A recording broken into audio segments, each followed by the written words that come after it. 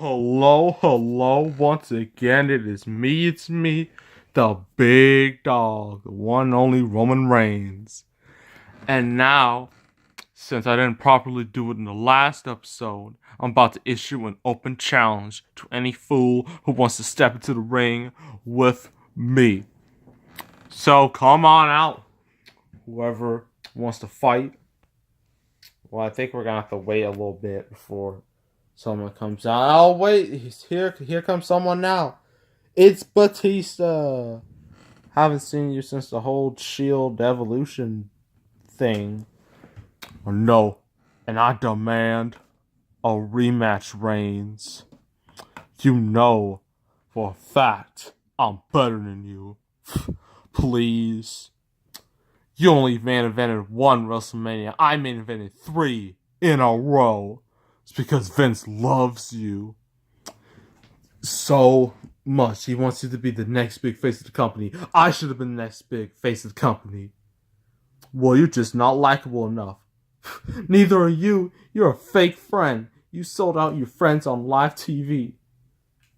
What are you talking about? That was Seth. No, you know what I'm talking about. There are multiple times where you and Ambrose were together after the Seth Rollins turned on you, but you were a fake friend and you didn't help him out. I mean, that's terrible. You're terrible. You're the one who ran off to Hollywood. That's it. You want to go right now? Bring it, animal. I can't wait. Hey, wait a minute. Oh! It's Randy Orton.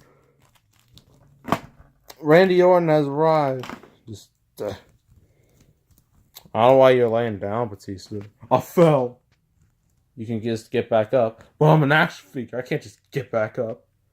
No, who cares? Now he's gonna get a brutal DDT. Oh! And now everyone's favorite. And, oh! RKO. And don't forget about me. Woo! You can't forget about the Nature Boy. Now he's gonna go right this. Oh! Oh, jeez. And now, what are you gonna do? Oh! Woo! Just the, oh, come on, that's insult to injury. You're an insult to injury. Woo! Nature Boy.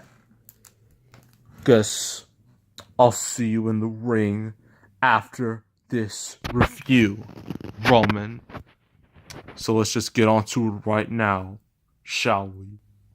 Hello, people of YouTube. This is once again the Malik Aaron. Interesting opening you saw.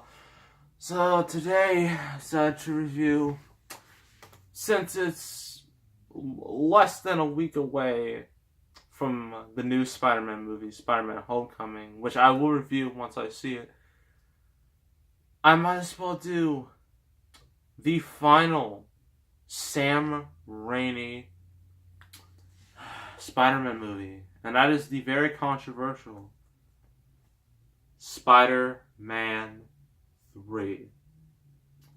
Now, this movie's infamous for a whole lot of reasons. One, emo Peter Parker. Oh my goodness. It's so bad. Yeah, but I do think it's somewhat intentionally bad. Like, Sam Raimi wanted it to be that way. It's just cringe. Then there's Venom, who barely got like 30. They didn't even get half an hour of screen time. He was just thrown in there last minute because Sony really wanted Venom, even though Sam Raimi really didn't. But they were like, "You're gonna put Venom in this movie," and then he's just like, "Okay, fine, I'll do it." And then the fact that this killed the franchise. This was its first death. Its second death was with Amazing Spider-Man 2, which I won't review ever. So yeah, this movie, it's a lot of things going against it. A lot of bad decisions, but I actually don't think it's a bad movie. I don't think it quite deserves the hate that it got. Now, Amazing Spider-Man 2 was horrible. It deserves every ounce of hate it got. This feel it's just a bit overhated. Kind of like, I'm trying to think of a game that came out, or like a game in general that, um, Sonic Unleashed. Like a game like that, where I think it got a little too much hate because the speed sections in that game were great. It's just the Werehog missions were trash. But it's not about Sonic. It's about Spider-Man. And the funny thing is, I noticed when I got all three Spider-Man movies on DVD, I noticed, you see here, I don't know if you can see it. If you can't, then I'm sorry. But on all of them, you have like Spider-Man and then the Sony logo. And each of them, this Spider-Man logo got smaller, yet the Sony logo got bigger. If that does not say enough about what happened with Spider-Man, at least his original series, then I don't know what does, to be honest. That's quite symbolic. So, Spider-Man 3. There are a lot of plots in this. I honestly don't know really where to start.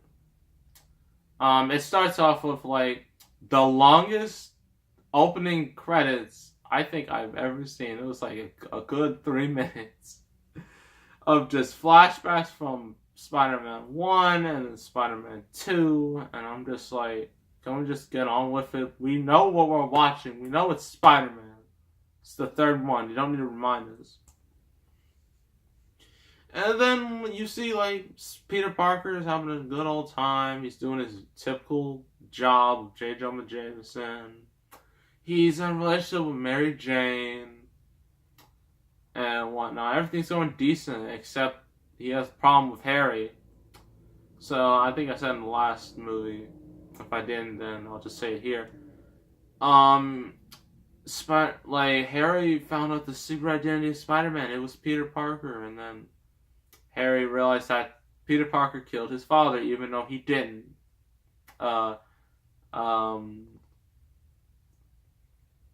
It's just a complete misunderstanding.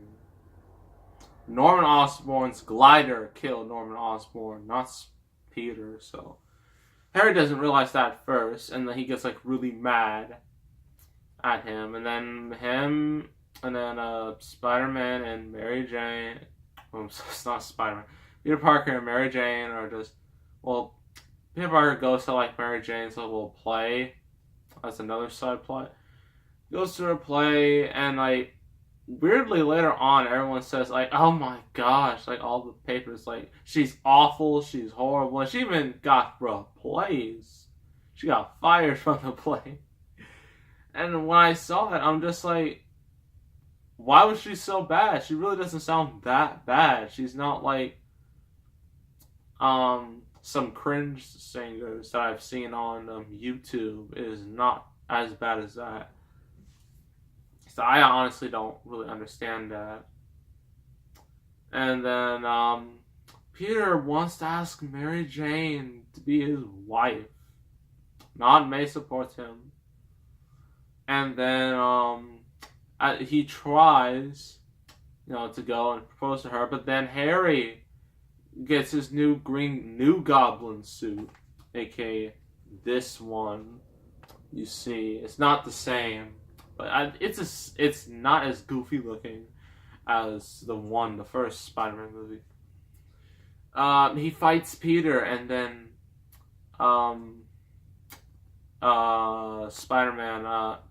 Peter, while he's doing his little web sling, trying to get away from Harry, they have a little more of a tussle, then Harry accidentally just gets knocked out, just gets a complete concussion, going right to the ground. I'm just like, how are you not dead?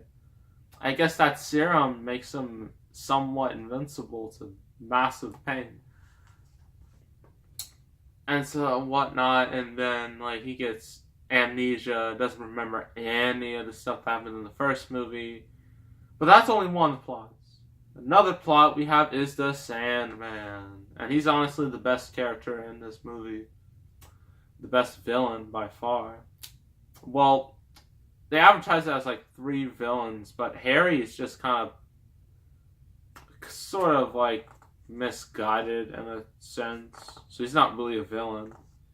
And Sandman, Frank Marco. There's a lot in this movie. It's gonna take a long time before I even get to that match. But he has like a daughter. She's sick. He's trying to get money. Gonna help his kid, and then he is like running from the cops, and he just goes over a barbed wire fence with not a single scratch on him. Do you know how stupid that sounds? But other than that, he keeps running, and he falls into his like hole.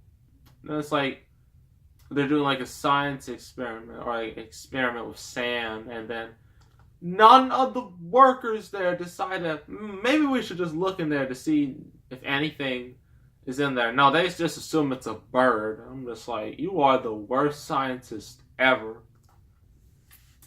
And then like Frank Marco, like he's in. The experiment starts. It just goes twirling around and around and around, and then he literally becomes sand. He literally just dissolves into sand.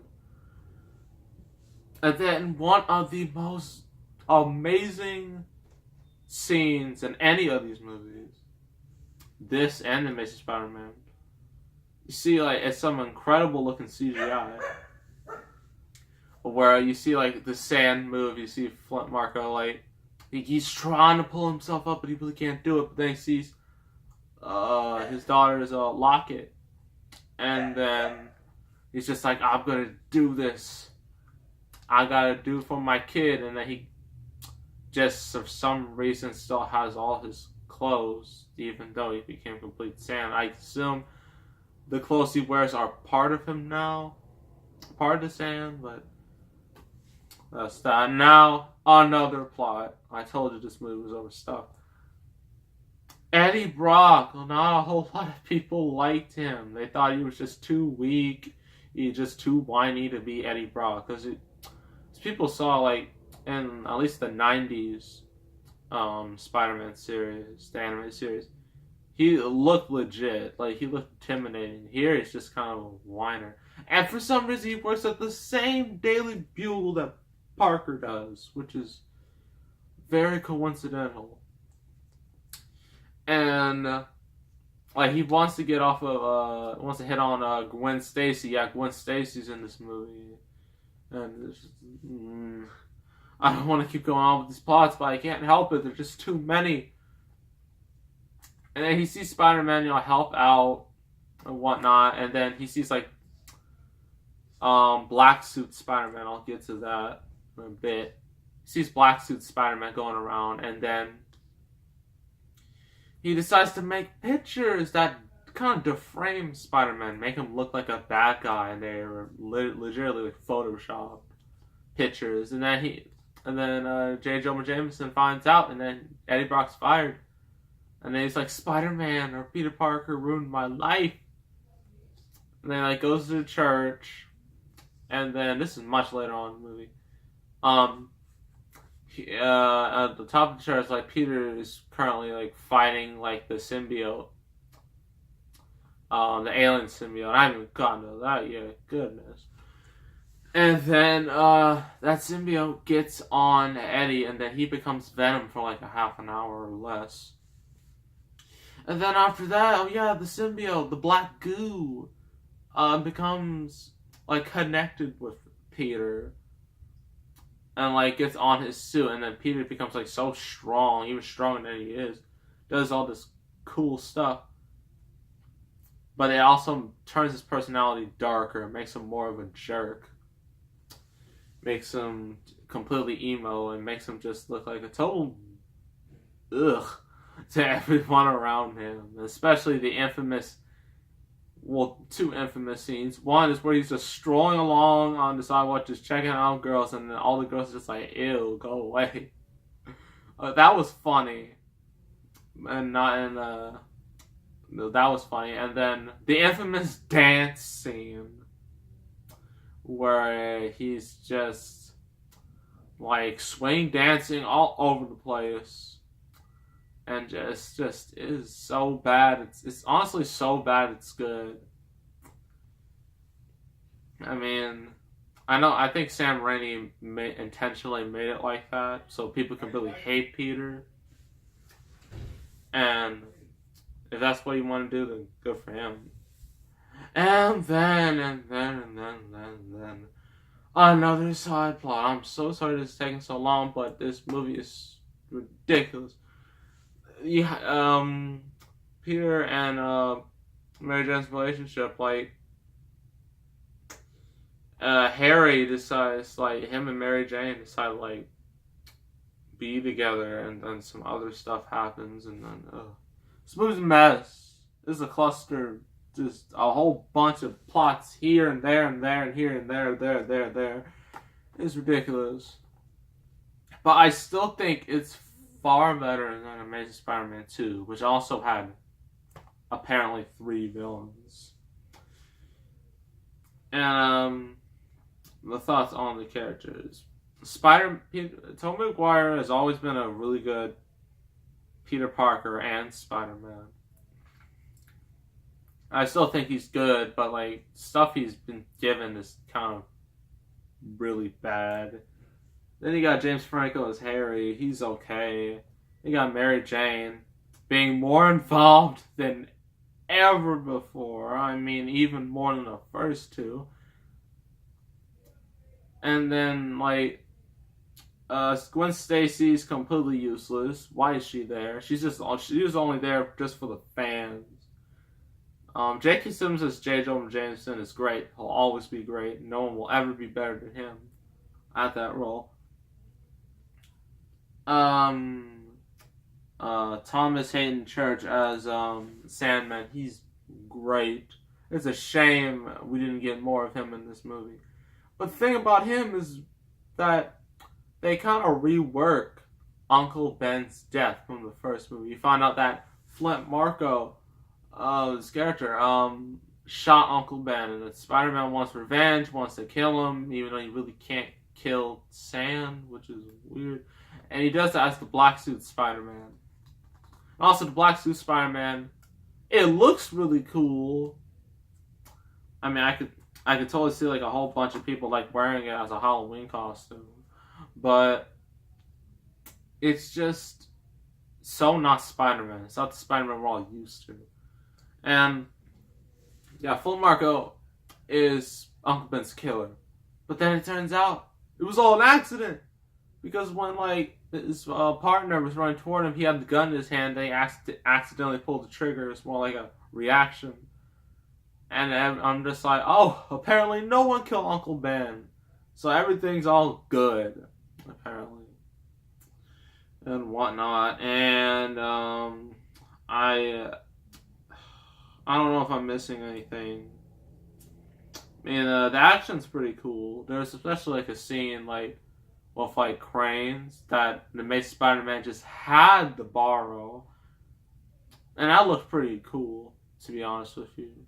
It's a nice little Spider-Man moment. Spider-Man even has his own little parade, his own little celebration. I'm just like, so Spider-Man, the Avengers, Fantastic Four, they all get this special treatment, but X-Men don't.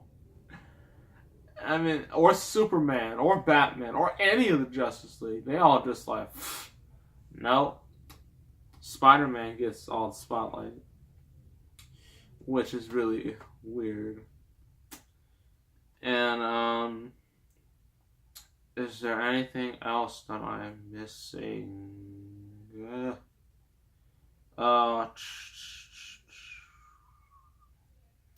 I think I've covered everything. I'm sorry this was so long, but I couldn't help it because there's too much in this movie. This movie's not great, but it's not as bad as everyone says it is. I mean, watching it, you can enjoy yourself. You can have a good time, especially with those hilariously bad Peter emo scenes. Like evil Peter Parker scenes. I still think it's okay. Definitely not as good as the first two, but still far better than Amazing Spider-Man movies. Even honestly, if I had to be completely honest, I honestly think this is just this much better than Amazing Spider-Man. I know, shocking, right? But I just enjoy the Sam Raimi movies a lot more than the Mark Webb movies. So, yeah, that's Spider-Man 3. I'm going to give it a 6 out of 10. Not the greatest, but certainly not the worst. And we already got the worst, which I won't review. So yeah, Spider-Man 3. Sorry for going on like this for such a long time. So now let's just get to the match between Roman Reigns and Batista, and we'll see how that goes right now. All right, let's get what happened. What happened to Roman? Me and my buddies beat him up a bit more, and then I just destroyed him, power bombed him all over the ring, through the table. So just ring the bell so I can pin him. I guess so. Ring, ding, ding, ding, ding, ding, ding. I can't believe I'm doing this. This is so wrong. 1, 2, 3. This is complete BS. It cannot go down like this. It can and it will. And now I'm gonna give Roman Reigns to the next review to heal up, because next person's gonna be facing. It's gonna be my best friend. How many best friends do you have? Doesn't matter. My best friend, Randy Orton. That's right. He's gonna go to RKO City once I'm through with him. So, what's the next review? The next review is going to be a James Cameron movie. Ooh, the first 2 Terminators? No. Titanic? No. This is his most recent movie. About the blue people? Yes, about the blue people. Avatar. Not The Last Airbender, but Avatar, about the blue people. Yes, that one.